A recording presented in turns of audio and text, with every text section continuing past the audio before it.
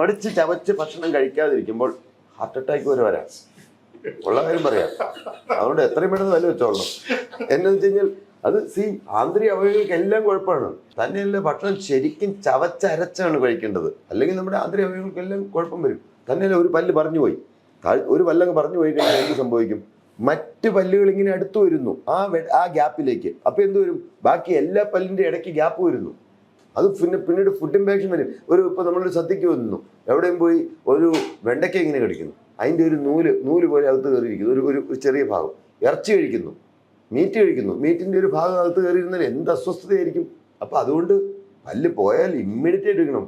ഏറ്റവും പരമപ്രധാനമായ മനുഷ്യ ശരീരത്തിന്റെ അവയവങ്ങളിൽ ഒന്നാണ് പല്ലെന്നാണ് എൻ്റെ അഭിപ്രായം. പല്ല് അത് ശരിയായിട്ട് പല്ല് വെക്കുകയും ചെയ്തില്ലെങ്കിലോ, പല്ല് വെച്ചിട്ട് ഒന്നും ഏതാനും ദിവസം കഴിയുമ്പോൾ തലയ്ക്ക് വേദന മാറുന്നില്ല, അല്ലെങ്കിൽ ബാക്ക് പെയിൻ വരെ വരാനുള്ള സാധ്യതയുണ്ട്. അത് പ്രോപ്പറായിട്ട് ചെയ്തില്ലെങ്കിൽ അത്രമാത്രം ഇമ്പോർട്ടൻസ് പല്ലിനുണ്ട്.